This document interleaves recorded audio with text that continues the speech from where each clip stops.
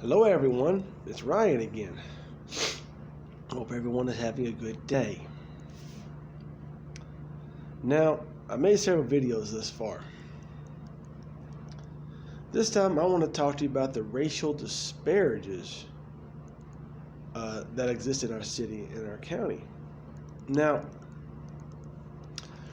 for those of you that don't know, I know I'm running for city mayor, but I want to sort of bring this out to you. The issue of gerrymandering. Okay, and what does that mean? It means, it's done by the dominant political party. Here in Tennessee, we're mostly Republican dominated, and they're drawing around racial political lines to solidify power or the power structure. Let me give you an example. County commission is like 9 districts, right? Okay. Now, District 4 encompasses Avondale and Alton Park. I don't know how, I guess they're maybe 10, 20 miles apart, from when you consider the greater Avondale, then all the way down to Broad Street, and then you have several districts like between here and there, and you have a couple of districts 4 and 5 where most of the African Americans live. Okay. And which is like East Brainerd area, These are also in Chattanooga too, because we have Chattanooga have to deal with the cities, state, and county and federal government issues. So we have gerrymandering when it comes to solidified power at the county government level and the city government level. You see what I'm saying? To limit the voice of Democrats or limit the voices of people of color by limiting all those pockets into like 1 or 2 seats, with the rest of the seats occupied by mostly Caucasian people, or while the wealth is concentrated. You see, so it's set up like that. And I wanted you to kind of see that. I'm not blaming people in power now, but the gerrymandered lines, like U.S. House districts, we got like 2 Democrats and 7 Republicans in the U.S. House. So there's 9 districts in Tennessee. We're in number 3, okay? And I have to look at all the maps for all the council members are divided up. But you need to look at the differential between how many people of color have Caucasians, how many richer districts, how many poor districts, and now they're divided there. See what I'm saying? So how many voices do people that are not looking like this and have affluence, how much voice do they have as opposed to poor folks have in our seats of government? And I want you to kind of get a look at that, And most people that are not involved in politics or even ran for office or spend any time with the local political parties would even catch with that, And I ran for county mayor seat, and I learned all this stuff. But these questions were not being raised during the election. Why is it like this? Only have 9 commission seats, but only 2 seats that represent African American minority voices, because of the demographics, gentrification, white flight, all that kind of stuff out there, and this will give you a glimpse of which neighborhoods have influence, which neighborhoods don't, where the businesses go. You find the neighborhoods mostly African Americans, over-policed, underdeveloped in terms of businesses, money in the community, and so on and so forth, and thus the schools in those districts, those areas, have issues because of the tax base. Okay, I'm ready for city mayor, but obviously there are many county districts here in the city, and so through county district planning and city council district planning and state house district planning and so on and so forth, marginalizing Democrats, marginalizing people of color, usually the same group. Okay, so that's why I keep saying we've got to run for office on every single level. and we've got to address these issues. Okay? And so the way our representation has been set up at every level of government is meant to marginalize those without power. And I want to capture that. Now, I'm running for city mayor. What I can affect in that, not a lot.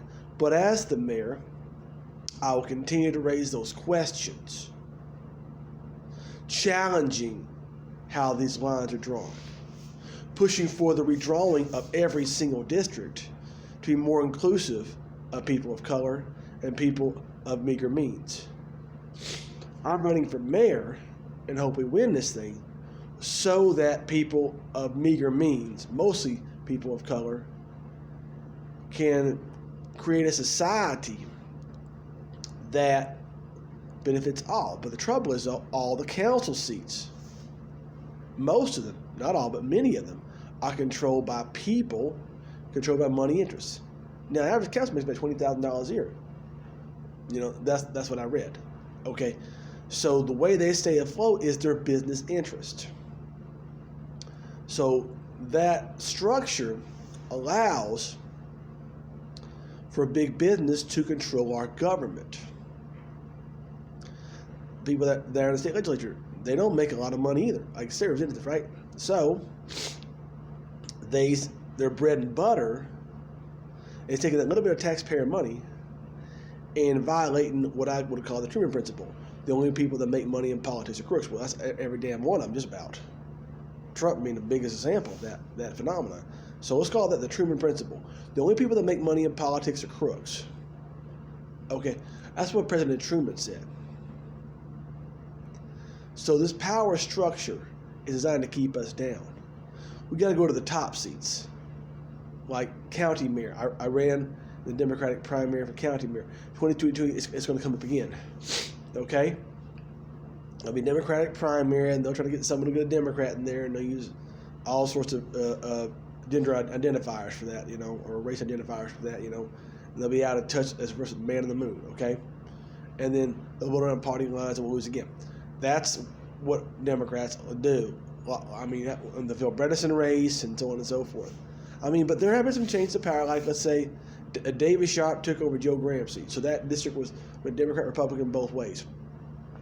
Okay, that's one example. You know, let's talk about Democrat. John Brooks, Republican. Joe Graham, Democrat. David Sharp took over District 5. I forget whatever.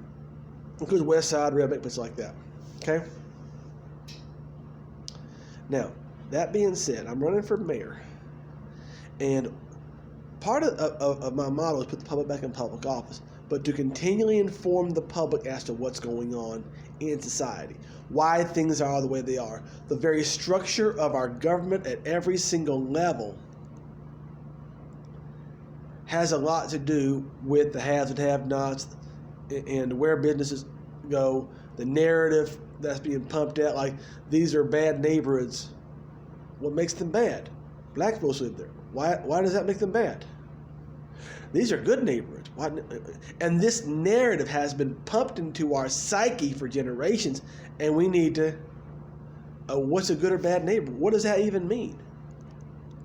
It's been perpetuated for generation and generation.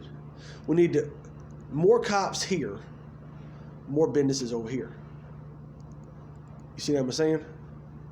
That's what we're doing. We invest in policing the black neighborhoods, though they have gangs and drugs. Don't tell me white people don't smoke crack.